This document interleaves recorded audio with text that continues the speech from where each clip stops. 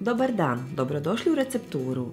Danas pravim savršenu domaću picu po provjerenom receptu uz koji svaki puta ispadne odlično. Tijesto je zaista fenomenalno, a uz sve detalje iz ovog videa nećete imati problema da ga i sami napravite. U 450 g glatkog brašna dodat ćemo 5 g suhog kvasca te 5 g soli, kao i isto toliko šećera, pa ćemo sve pomiješati.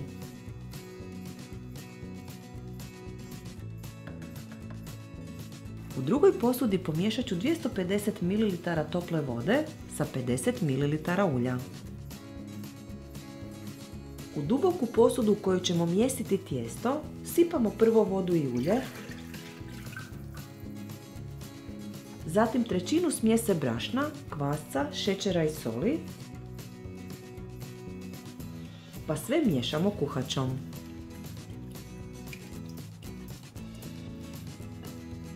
Dodajemo drugu trećinu brašna i nastavljamo miješati.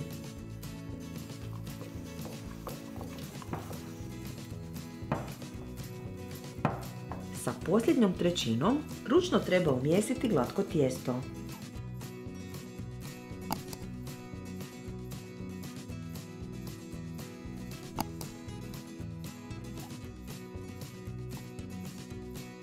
Posut ću ga s malo brašna, pa posudu pokriti prozirnom folijom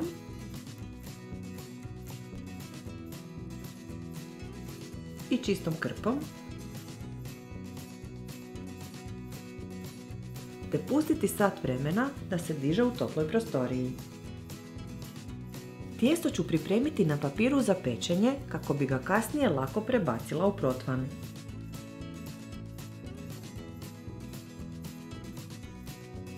Prvo ću ga premjesiti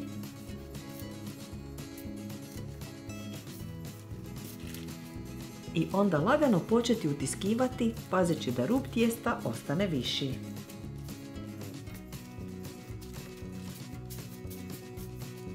Prema potrebi tijesto dodatno pobrašnite kako se ne bi lijepilo za prste.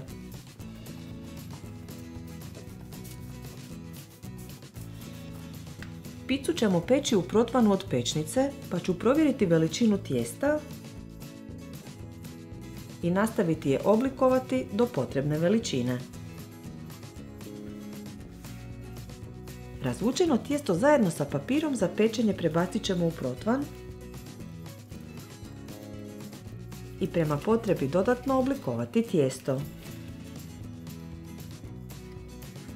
Za umak u 150 g paradajz sosa treba uliti 30 ml ulja, pa dodati 5 g soli.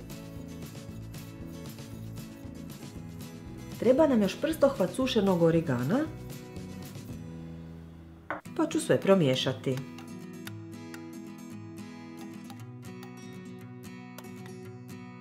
Zatim ću sa žlicom od sredine prema van nanijeti umak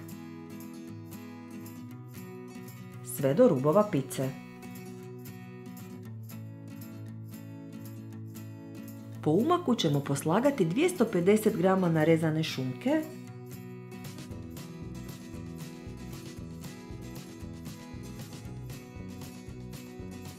a po šunki stavljamo isto toliko naribanog sira.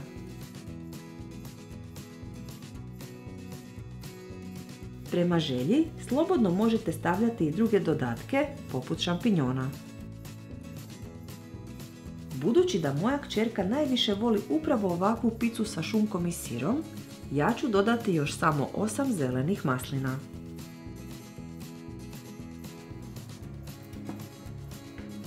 Pica se peče u zagrijanoj pečnici na 250 stupnjeva 15 minuta i odmah nakon pečenja spremna je za rezanje i posluživanje. Ako vam se dopao ovaj video, dajte nam like i zapratite nas, te ne zaboravite stisnuti zvonce kako bi dobili obavijesti o novim receptima.